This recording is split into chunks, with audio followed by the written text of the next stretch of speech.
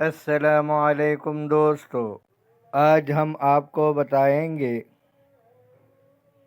نصرانی کا مسلمان ہو جانا۔ شیخ شبلی رحمۃ اللہ علیہ سے روایت ہے کہ آپ ایک روز اپنے مریدین کو لے کر باہر نکلے۔ اس وقت آپ کے ساتھ 40 آدمی تھے۔ آپ نے فرمایا، اے لوگو، اللہ تعالیٰ اپنے بندوں کو رزق پہنچانے کا کفیل ہو چکا ہے۔ چنانچہ کیا عمدہ ارشاد ہے، وَمَن يَتَّقِ اللَّهَ يَجْعَل لَّهُ مُخْرَجًا وَيَرْزُقْهُ مِنْ حَيْثُ لَا يَحْتَسِبُ وَمَن يَتَوَكَّلْ عَلَى اللَّهِ فَهُوَ حَسْبُهُ، یعنی جو کوئی اللہ سے ڈرے تو اللہ اس کی خلاصی کی صورت پیدا کر دیتا ہے اور ایسی صورت سے رزق پہنچاتا ہے جہاں اس کا گمان بھی نہ ہو، اور جو اللہ پر توکل کرے اللہ اسے کافی ہے۔ لہذا تم سب اللہ پر توکل کرو اور اسی کی طرف دھیان رکھو اور کسی کا خیال نہ کرو۔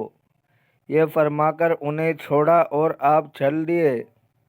3 روز تک یہ لوگ وہاں رہے لیکن ان پر کوئی بید نہ کھلا۔ جب 4تھا روز ہوا، شیخ تشریف لائے اور فرمایا کہ اے لوگو، اللہ تعالیٰ اپنے بندوں کے لیے روزی تلاش کرنے کو سبب پیدا کرنا مباح کر دیا اور اس کی اجازت دے دی ہے۔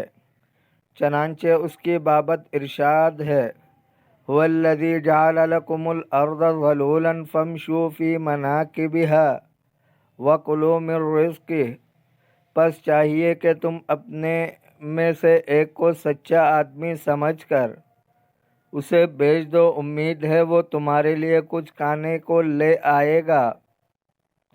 چنانچہ انہوں نے اس کام کے لیے ایک کو پسند کر کے جو سب میں زیادہ غریب تھا بھیجا۔ وہ وہاں سے چل کر بغداد میں پہنچا اور وہاں پھرتا رہا۔ معاش کی کوئی صورت اس سے نہ بنی اور بھوک کی وجہ سے یہ نوبت ہو گئی کہ چلنے سے مجبور ہو کر ایک نصرانی ڈاکٹر کے شفا خانے کے سامنے بیٹھ گیا۔ اس ڈاکٹر کے پاس بہت مخلوق آتی تھی اور وہ سب کا حال خود بتا دیتا تھا۔ تھوڑی دیر کے بعد اس کی نگاہ اس فقیر پر بھی پڑ گئی۔ اس نے پوچھا، تمہیں کیا تکلیف ہے؟ اس نے اسے نصرانی سمجھ کر اپنی بھوک کی کیفیت کہنا مناسب نہ سمجھا، بلکہ نبض دکھانے کے لیے اپنے ہاتھ آگے کر دیا۔ اس نے نبض دیکھ کر کہا کہ میں نے تمہارے مرض کو بھی تشخیص کر لیا ہے اور اس کی دوا بھی سمجھ گیا ہوں، تم اطمینان سے بیٹھے رہو۔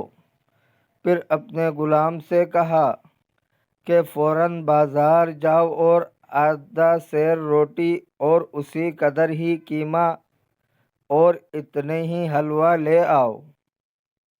غلام بازار گیا اور یہ اشیاء لے آیا۔ نصرانی نے لے کر خود اس فقیر کو دی اور یہ کہہ دیا کہ میرے خیال میں تمہارے مرض کی بس یہی دوا ہے۔ فقیر نے کہا، اگر تم اپنی طبابت میں سچے ہو تو مہربان 40 اور آدمی کو بھی یہی مرض ہے۔ نصرانی نے غلام سے کہا، اچھا پھر جلدی سے بازار جاؤ اور ایسے ہی کھانا 40 آدمیوں کا اور لے آؤ۔ غلام لے آیا اور فقیر کو دے کر ایک کلی کے ساتھ کیا کہ جہاں یہ جائے ان کو ساتھ لے جا۔ ادھر فقیر سے کہا کہ آپ جو اور فقیر بتاتے ہیں یہ ان کے پاس لے جائے۔ چنانچہ یہ فقیر اور ان کے ساتھ وہ کلی ان لوگوں کے پاس پہنچے اور ڈاکٹر بھی تھوڑے فاصلے سے ان لوگوں کے پیچھے پیچھے رہا تاکہ فقیر سچے ہونے کو دیکھے۔ جب فقیر اس غار میں پہنچا جہاں اس کے ساتھی تھے، تو ڈاکٹر دروازے سے باہر ایک روزون کے پیچھے کھڑا ہو گیا۔ اس نے وہ کھانا رکھا اور سبوں نے شیخ شبلی کو آواز دی اور سارا کھانا ان کے آگے رکھ دیا۔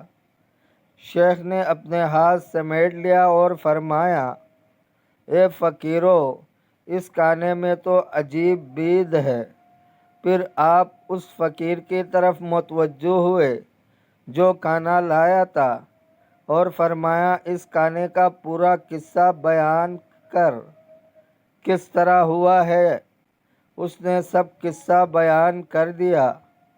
اس وقت شبلی نے ان سے کہا کہ کیا تم لوگ ایک نصرانی کا کھانا کھا لینے پر بلا اس کے راضی ہو گئے کہ اس نے تمہارے ساتھ سلوک کیا اور تم نے اس کو ابھی عوض نہیں دیا؟ انہوں نے عرض کیا کہ یا سید، ہم غریب فقیر آدمی اس کا عوض کس طرح دے سکتے ہیں؟